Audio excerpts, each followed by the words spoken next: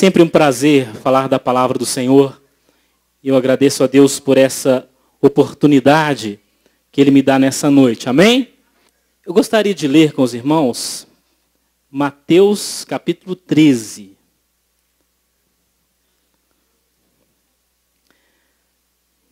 Mateus capítulo 13, versículo 24 a 30. Propôs-lhes outra parábola, dizendo: o reino dos céus é semelhante ao homem que semeia a boa semente no seu campo. Mas dormindo os homens, veio o seu inimigo e semeou joio no meio do trigo e retirou-se. E quando a erva cresceu e frutificou, apareceu também o joio. E os servos do pai de família, indo ter com ele, disseram-lhe: Senhor, não semeaste tu no teu campo boa semente? Porque tem então joio? E ele lhes disse: um inimigo é quem fez isso. E os servos lhe disseram: queres, pois, que vamos arrancá-lo? Ele, porém, lhes disse: não, para que ao colher o trigo, ou melhor, ao colher o joio, não arranqueis também o trigo com ele. Deixai crescer ambos juntos até a ceifa, e por ocasião da ceifa, direi aos ceifeiros: colhei primeiro o joio, e atai-o em molhos para o queimar, mas o trigo ajuntai-o no meu celeiro. Vamos ao versículo 36. Então, tendo despedido a multidão, foi Jesus para casa. E chegaram ao pé dele os seus discípulos, dizendo: explica-nos a parábola do joio do campo. E ele respondendo, disse-lhes: o que semeia a boa semente é o Filho do Homem. O campo é o mundo, e a boa semente são os filhos do reino, e o joio são os filhos do maligno. O inimigo que o semeou é o diabo, e a ceifa é o fim do mundo, e os ceifeiros são os anjos. Assim como o joio é colhido, queimado no fogo, assim será na consumação deste mundo. Mandará o Filho do Homem os seus anjos, e eles colherão do seu reino tudo o que causa escândalo, e os que cometem iniquidade, e lançá-los-ão na fornalha de fogo. Ali haverá pranto e ranger de dentes. Então os justos resplandecerão como o sol no reino de seu Pai. Quem tem ouvidos para ouvir, ouça. Glória a Deus. Olha, estamos já ali com o trigo, né? O trigo está chegando. Glória a Deus. Jesus falou aí a parábola sobre o trigo e o joio.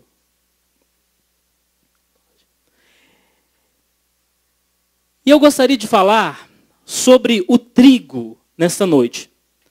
Falar bastante coisa sobre o trigo e pouquinho sobre o joio, né, que ele não está merecendo muito, não. Então vamos falar mais sobre o trigo. Jesus falou que o trigo é o quê? O trigo representa os filhos do reino. Está aí no versículo 38. Que a boa semente, ou seja, o trigo, representa os filhos do reino. Ou seja, representa quem? Os cristãos. Amém? O trigo representa quem? Nós. Representa quem? Eu e você. Amém? Porque joio nós não queremos ser, não é? Então só nos resta ser o trigo. Bom, se somos o trigo, então teremos algumas considerações a fazer aqui. Porque a Bíblia, ela fala sobre o trigo muitas vezes, muitas. E o propósito dessas referências sobre o trigo é nos trazer lições espirituais. E o trigo, ele percorre um longo caminho, desde a lavoura até a mesa. Como assim a mesa? Porque do trigo se faz o quê? O pão. Mas o caminho é muito longo, desde a lavoura até a mesa. Então eu queria falar sobre esse caminho nesta noite e tirar aí algumas lições. O trigo, ele está relacionado muitas vezes, e o pão, de forma especial, ele é mencionado algumas vezes na Bíblia. O pão estava relacionado às festas judaicas, a Páscoa, por exemplo, que estava vinculada aos pães asmos. O pão é um alimento sagrado, estava ligado às festas judaicas. Também nós temos na igreja o pão relacionado à ceia do Senhor. Então veja como o pão e automaticamente o trigo tem importância no contexto bíblico. Na Bíblia, as passagens que falam sobre escassez do trigo, falam de quê? De castigo. São épocas de tristeza, de lamento, quando faltava o trigo, porque ia faltar o quê? O pão. Por outro lado, textos que falam sobre a abundância do trigo, são textos que falam de bênção. Bênção de Deus sobre o povo. São textos que falam sobre a alegria, sobre prosperidade do povo de Deus, com o quê? Abundância do trigo. Muito bem. Então, a primeira lição que nós vamos extrair dessa trajetória do trigo, da lavoura até a mesa, a primeira lição, ela diz respeito à semeadura. A semeadura, a primeira lição. Nós não estamos muito acostumados com esse processo do qual vou falar aqui. Por quê? Nós encontramos o pão pronto, não é verdade? Você quer pão? O pão já está pronto. Mas hoje nós queremos a coisa tão fácil que nem ir à padaria nós queremos mais. Não é verdade? Hoje estamos na época do delivery. Então nem ir à padaria nós queremos. Ou isso só acontece comigo? Hã? Não é? Principalmente num dia chuvoso, como foi o de ontem, uma parte do dia de hoje, nós nem queremos ir à padaria, então nós telefonamos. E o coitado do motoboy é que vai enfrentar a tempestade para nos trazer o pão. Mas antigamente não tinha esse conforto. As pessoas, elas tinham que plantar, elas tinham que semear. Então, muitas vezes, nós queremos que as coisas na vida sejam assim fáceis, como é fácil pedir um pão por telefone. Então está a nossa primeira reflexão. Olha, muitas vezes teremos que semear. Nem sempre encontraremos para comprar aquilo que queremos adquirir. Então, precisamos aprender isso. E, principalmente os mais jovens, precisam aprender isso, porque os mais velhos talvez já tenham aprendido com muita pancada, não é? Precisamos todos aprender que na vida nem tudo se compra. Então nós precisamos plantar, precisamos semear para que um dia possamos colher. Por exemplo, ninguém compra experiência. Alguém compra experiência? Hã? Alguém compra habilidade? Não tem para vender, não é? Alguém compra maturidade? Alguém compra confiança? Alguém compra credibilidade? Boa reputação? Nada disso está à venda. Então, nós temos que semear. Você precisa semear. Porque muitas coisas na vida, as mais importantes, você não encontrará para comprar. Você não encontrará nada disso pronto. Por isso você tem que investir, você tem que plantar, você tem que semear. E como é que você faz isso? Através das suas escolhas. Das suas escolhas no dia a dia. As suas escolhas, as suas decisões, elas são pequenas sementes que vão garantir para você uma colheita no futuro. Seja essa colheita boa ou má. Se você tem hoje uma boa reputação, é porque você veio plantando isso durante muito tempo. Então, nem tudo se encontra pronto para comprar. Mas são resultados de uma vida. Por isso, semeie bem. Semeie bem. E eu insisto em dizer isso principalmente para os mais jovens. Semeie bem. Faça boas escolhas para você não precisar chorar mais tarde por causa de escolhas ruins, por causa de decisões erradas. Mas como é que eu vou saber se é uma decisão boa ou ruim? Ouça as pessoas mais experientes.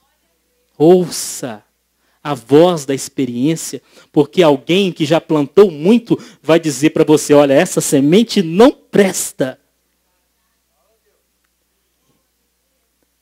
Não é?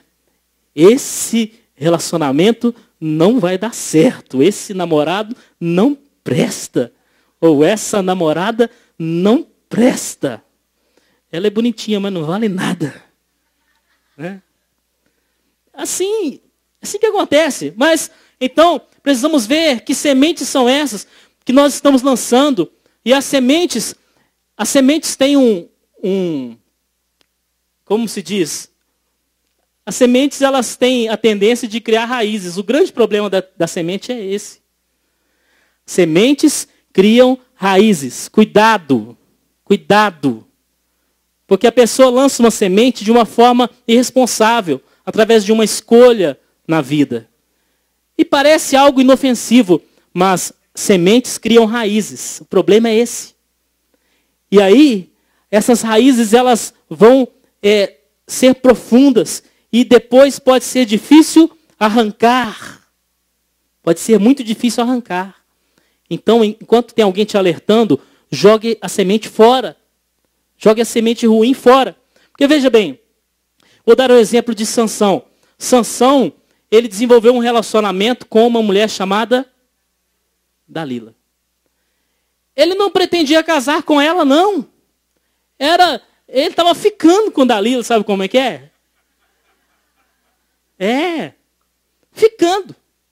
Ele não tinha o propósito de um relacionamento duradouro. E aquela semente do diabo criou tanta raiz na vida de Sansão, que hoje, quando pensamos em Sansão, lembramos de Dalila. A semente criou uma raiz tão profunda que Sansão jamais conseguiu arrancá-la. Jamais. Então, esse é o problema das sementes ruins. Elas se apegam às nossas vidas. E você já observou que as boas sementes precisam ser cultivadas, mas as sementes ruins, elas brotam facilmente. Não é? Até no asfalto. Até no asfalto. Na parede, não é? Na parede. Semente ruim brota fácil. Agora, semente boa, você tem que cultivar. Você tem que se esforçar. Não é uma coisa fácil. Dá trabalho. Se você tiver uma horta, um jardim, e nem for lá olhar, deixa à vontade para crescer o que der, quando você for ver, está cheio de ervas daninhas. Mas se você quiser uma boa plantação, você tem que tomar providências. Isso não vai acontecer por acaso. Não vai acontecer por acaso, porque as boas sementes, elas precisam ser cultivadas. Bom, o que acontece? O ato de semear, ele pode parecer um desperdício. Pode parecer um desperdício. Imagina o semeador jogando sementes ao solo. Não parece que ele está jogando fora as sementes? Não parece que está jogando fora? Parece. Parece um desperdício. Alguém poderia chegar para ele e dizer, mas o que você está fazendo? Que desperdício! Você poderia fazer aí um alimento com essa semente, mas você está desperdiçando. Você está jogando fora. Não, eu estou semeando. Então, tudo aquilo que você entrega para Deus é uma semeadura. Alguém vai dizer que é desperdício, mas você sabe que é investimento. Amém? O tempo que você gasta na presença do Senhor, o recurso financeiro que você investe na obra de Deus, não é desperdício, é investimento. Aquilo que você renuncia pelo Evangelho, essa renúncia não é desperdício, é investimento. Então, isso faz parte da lição da semeadura. Bom, mas e depois da semeadura, o que acontece? Um tempo de espera. tempo te espera. Então a nossa segunda lição é a lição da paciência. Paciência. Como que é o processo de germinação da semente? Você joga a semente, ela cai no chão e estoura, sai aquela planta, não é? E ela sai crescendo rapidamente. É assim? Não, isso é a história de João e o pé de feijão, né? É. Só na fábula, né? Porque não é assim. A semente, ela não germina imediatamente. Existe um tempo. Seja paciente. Não queira frutos instantâneos. Cuidado com o imediatismo. Alguém pode dizer assim, eu já estou aqui na igreja já tem um mês. E Deus ainda não atendeu ao meu pedido. Espera aí, meu filho. Um mês. É um mês. E eu vou dar para Deus um prazo de mais um mês. É isso. Se Deus não me atendeu, sai da igreja. Misericórdia. Precisamos saber que existe um tempo. Existe um tempo. Você não pode dar ultimatos para Deus. Você não pode marcar prazos para Deus. Deus não segue o nosso relógio. Deus não segue o nosso calendário. Mas Ele faz as coisas no tempo dEle. Então se você está esperando algo de Deus, esperando resultados, ou você já semeou, você tem semeado, você tem que ter paciência para esperar. Esperar o fruto. Esperar o tempo certo. Cuidado com a precipitação. De fazer as coisas antes da hora. De fazer as coisas antes do tempo. Nós temos aqui uma ordem. Semeadura.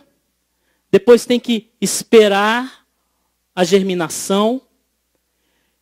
Depois que a semente brota, temos que esperar a planta crescer.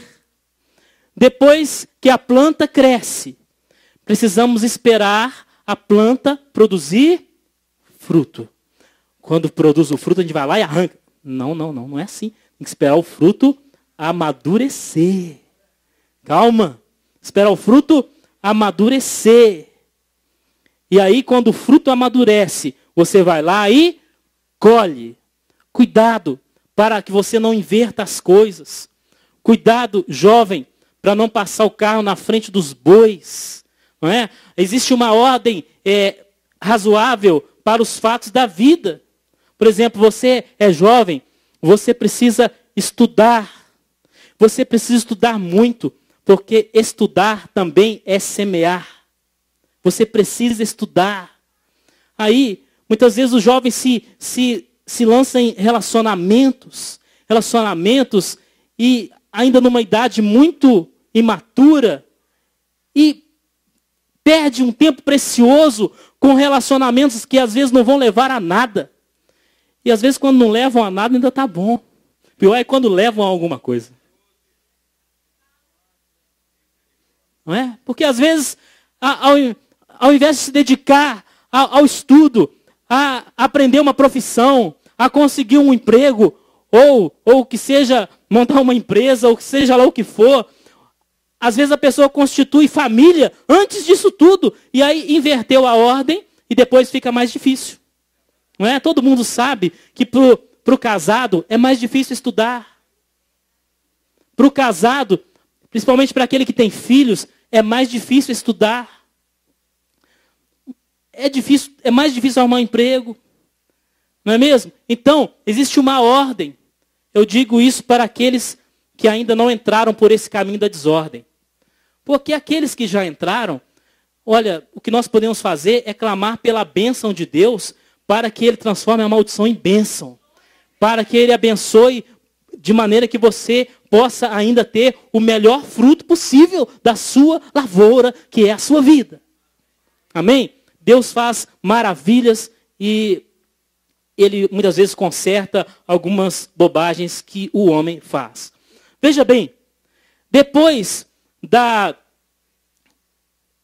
que o fruto está maduro, vem a colheita. Colheita. Então, você precisa colher. Você precisa colher. Existe um momento em que o resultado está aí e você tem que lançar a mão dele. Você tem que usufruir. Você também não pode ter aquela postura de dizer assim, não, isso não é para mim. Cuidado com essa postura. Porque uma situação é daquele que se precipita e faz as coisas muito cedo.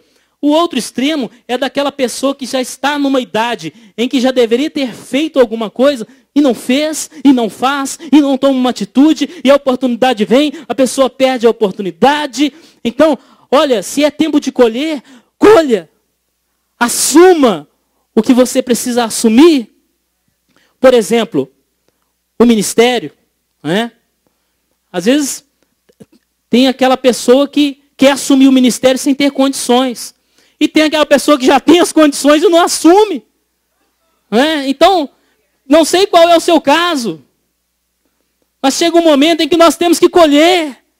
Não podemos renunciar à colheita. Porque se você não colher, vem outro e colhe no seu lugar. Cuidado! Cuidado! Não é mesmo? Se o fruto está maduro e você não colhe, o bicho vai comer o seu fruto. Não é? O bicho vai comer o seu fruto. Então, só você mesmo pode saber em que momento você está vivendo. Agora, depois que o trigo foi colhido, está tudo acabado? Não. Aí o trigo entra em um novo processo. Veja bem, até aqui, o trigo, a gente poderia estar lendo aqui algumas passagens bíblicas, mas eu procurarei citá-las sem ler. Até aqui o trigo passou por alguns momentos. O momento da semeadura, por exemplo, Jesus compara, lá em João 12, 24, Jesus compara o trigo lançado à terra, compara com a morte. É um momento que parece ruim. Eu disse que a semeadura parece uma perda, não é?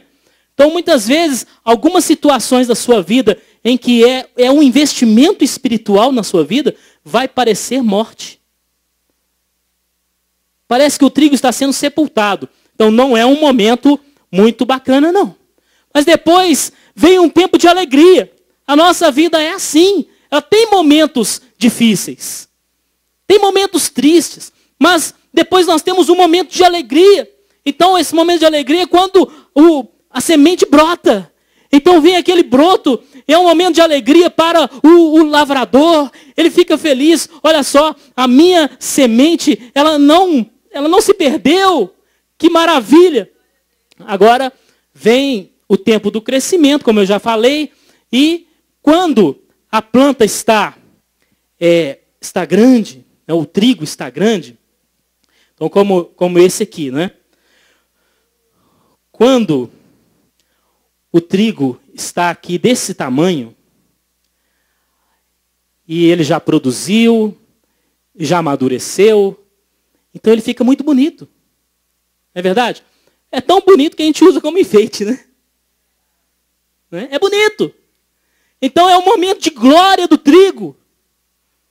Momento de glória. Ele está bonito, está bacana. Né? Está no melhor da sua forma.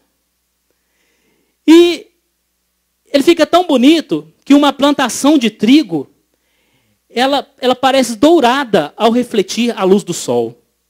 Por isso, nós lemos aí em Mateus 13, 43, o seguinte: então os justos resplandecerão como o sol. Isso está escrito aí, não é à toa. É por causa de uma plantação de trigo refletindo a luz do sol. Então parece uma plantação assim dourada, muito linda. Então quando o trigo está no auge ali da sua glória, sabe o que vem?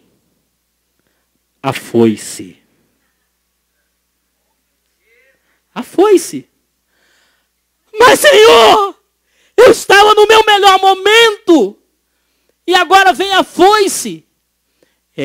Vem a foice. Mas eu não entendo, meu Deus. Eu estava tão bonito. Estava sendo elogiado por todos. E agora eu sou cortado. Vem a foice. Cadê o Idael? Está aí? Idael é o irmão da foice, né? Mas, você não comportar direito, ó. Como é que é? Passa a foice. Mas, então, nessa trajetória do trigo, ele tem um encontro com a foice. Ele é cortado.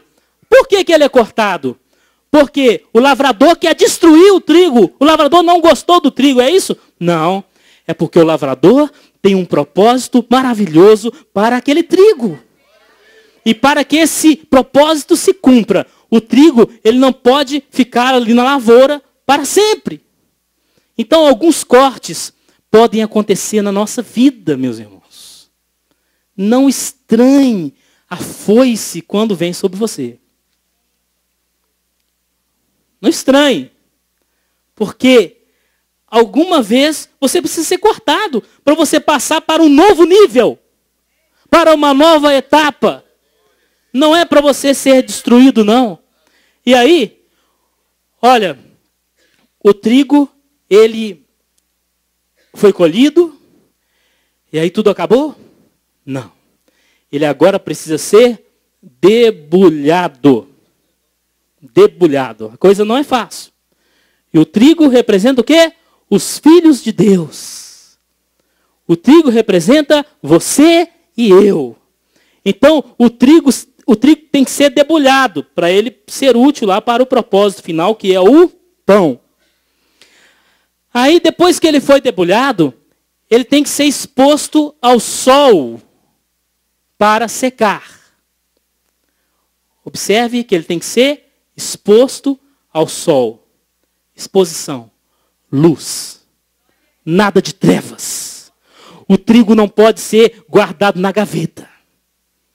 Logo que ele é colhido, não pode.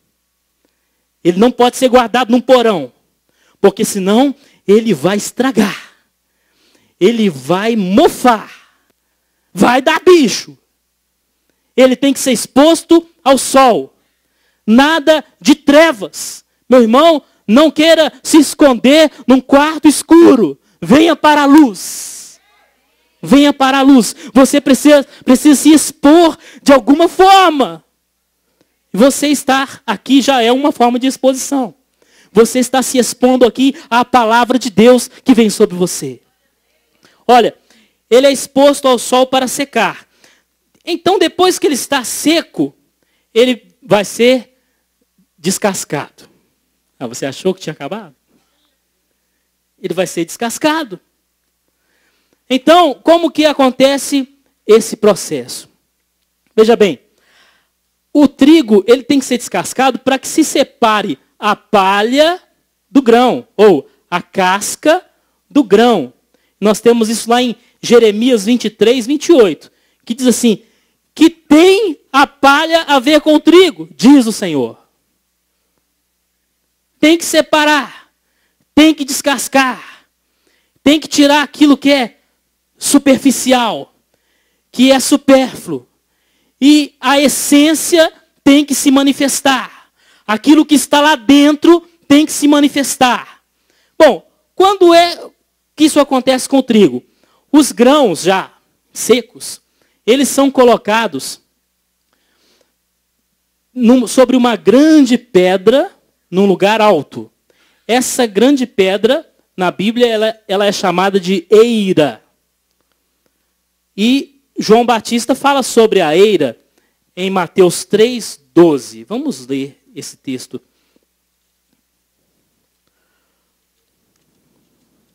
Mateus 3:12. João Batista está dizendo que Jesus ia fazer um trabalho com o trigo. Mateus 3:12 diz, em sua mão ele tem a pá, e limpará a sua eira, e recolherá no celeiro o seu trigo, e queimará a palha com fogo, que nunca se apagará. Então, os grãos são colocados sobre a eira, essa grande pedra num lugar alto, E por que tem que ser um lugar alto? Um lugar onde venta.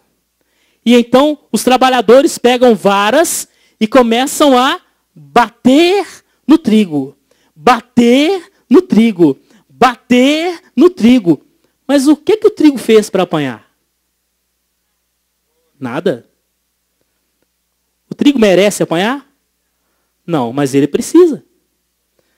Às vezes pode acontecer alguma coisa na sua vida e você diz assim, o que eu fiz para merecer isso? Olha, você não merece, mas você precisa. É diferente.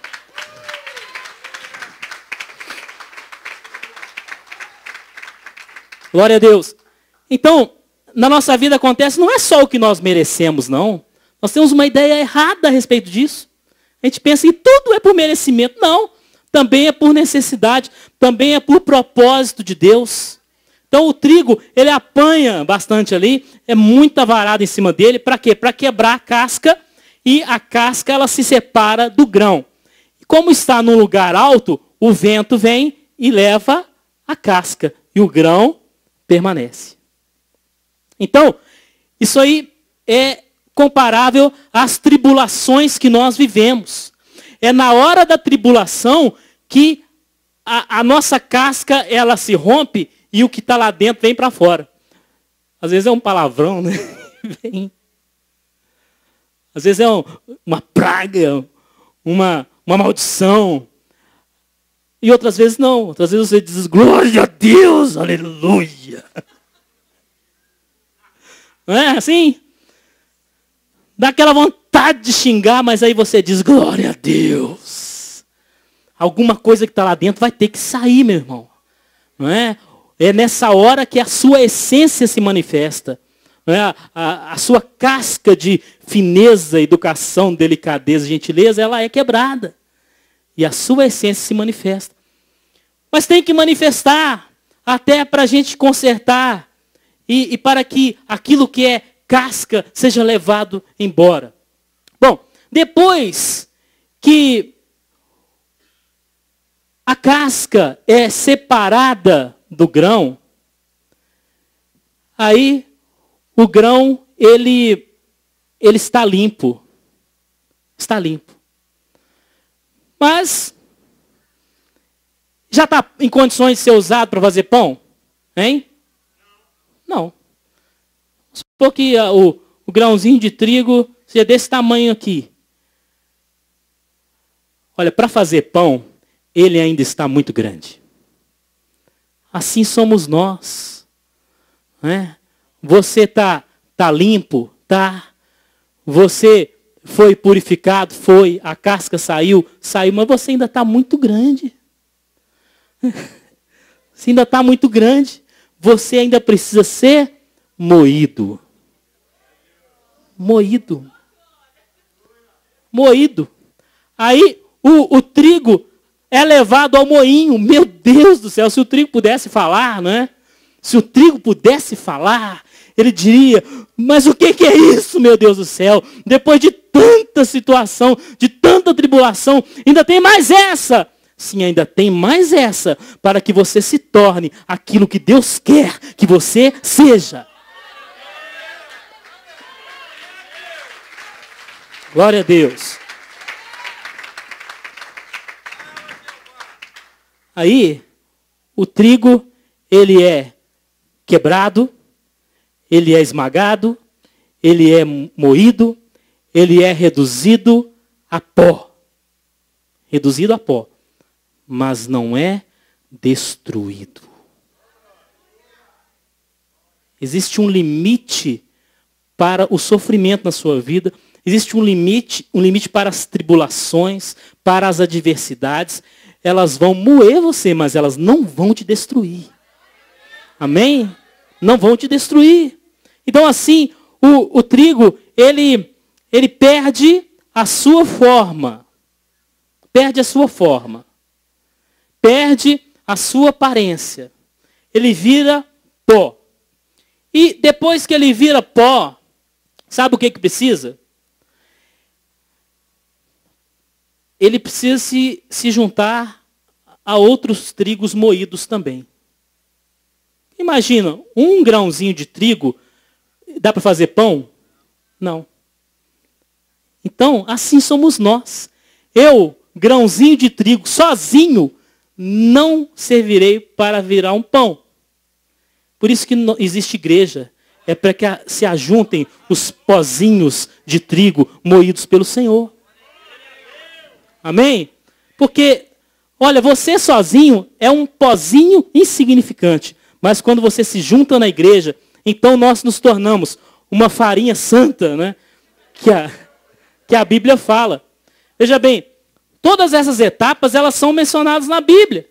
Então vamos ler o texto da farinha. Mateus capítulo 13. Versículo 33.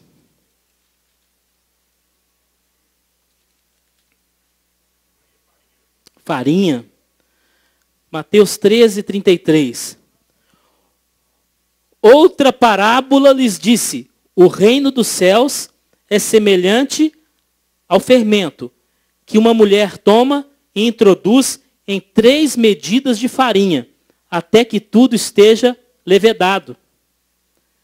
Meus irmãos, isto aí é a igreja. A igreja, ela é comparada com a farinha e nós precisamos nos misturar. Não é? O trigo, o grãozinho moído, ele tem que se misturar com os outros grãos moídos. Não é isso? E alguma coisa precisa ser acrescentada. O trigo ele vai precisar ser misturado com água. Não é? A água representa a palavra de Deus. O trigo ele tem que ser misturado aí com o azeite. Não é? O azeite representa o quê? O Espírito Santo de Deus. E precisa ser misturado com sal. Sal representa graça. Você já viu uma coisa mais sem graça do que um alimento sem sal? E a Bíblia diz que as vossas palavras sejam temperadas com sal. O que é isso? É graça. Veja bem, então, depois dessa mistura, passa a existir o quê? Uma massa. Uma massa. E Paulo compara a igreja com a massa. Veja 1 Coríntios capítulo 5, versículo 6, 7 e 8. Ou seja, eu não estou inventando nada disso, não é? São ensinamentos bíblicos. Cada etapa da trajetória do trigo é utilizada na Bíblia. 1 Coríntios 5, 6, 7 e 8. Não é boa a vossa jactância, ou o vosso orgulho. Não sabeis que um pouco de fermento faz levedar toda a massa?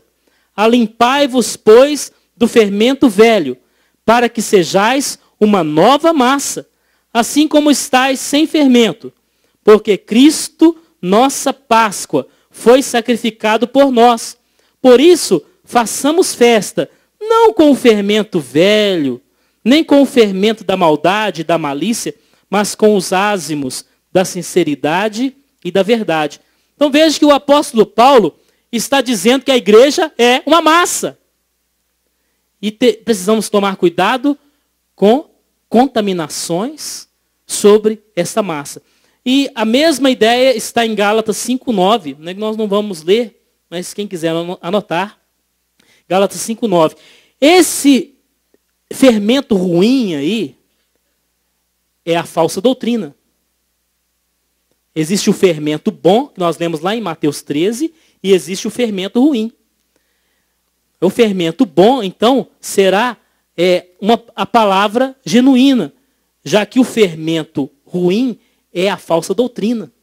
Jesus falou com os discípulos, cuidado com o fermento dos fariseus. Em ambos os casos, o fermento ele vem dar o quê? Crescimento. Só que a falsa doutrina ela traz um crescimento falso. Então vejamos, depois que essa massa está pronta, então ela é levada ao forno. Meu Deus do céu, mas estava tão bom até agora, né? Mas ainda tem o forno, porque o pão precisa ser assado. Então são várias etapas para que o trigo ele chegue a ser pão. Então essa figura do pão, ela foi usada pelo Senhor Jesus. Ele disse, eu sou o pão da vida. Quando Jesus diz, eu sou o pão da vida, você sabe a trajetória pela qual ele passou. Não é? Veja o significado que tem Jesus dizer, eu sou o pão da vida. Quanta tribulação, não é? Lá em Isaías 53 fala que ele foi moído. Não é isso? Moído pelas nossas transgressões. Quer dizer, Jesus passou por todo esse processo para poder dizer, eu sou o pão. E ele nasceu em Belém. A palavra Belém significa casa de pão. Tá? E eu estive lá em Belém no ano passado. E o nosso grupo foi recebido num restaurante por um padeiro, né, que fazia pão lá na hora para a gente e fazia malabarismos com a massa e tal. Aquele espetáculo. Porque Belém é casa de pão. E por que Jesus diz, eu sou o pão? Porque só Ele pode saciar a nossa fome espiritual. Não adianta você procurar por nada mais. Não adianta você procurar nenhum ídolo, nenhum santo, nenhum guia, nenhum espírito. Só Jesus Cristo pode saciar a sua fome espiritual. Amém? Glória a Deus. Jesus passou por todo esse processo como exemplo para nós.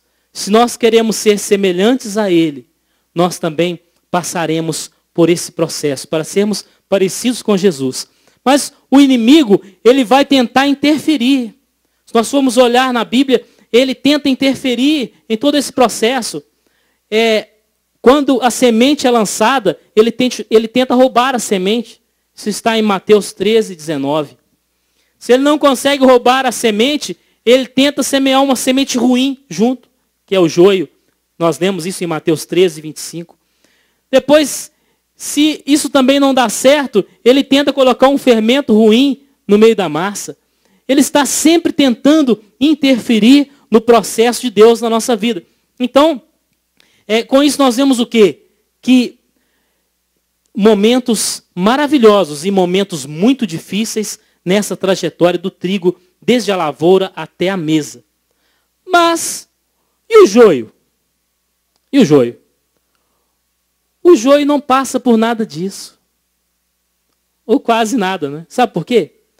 O joio é poupado. Por quê? O joio não serve para fazer pão. Então talvez você esteja passando por uma tribulação na sua vida e você olha o seu amigo lá que é ímpio, não serve a Deus e ele está bem. Né? Ele não está passando pela tribulação. Ele não está sendo debulhado. Ele não está sendo descascado. Ele não está sendo moído. Porque ele não serve para fazer pão.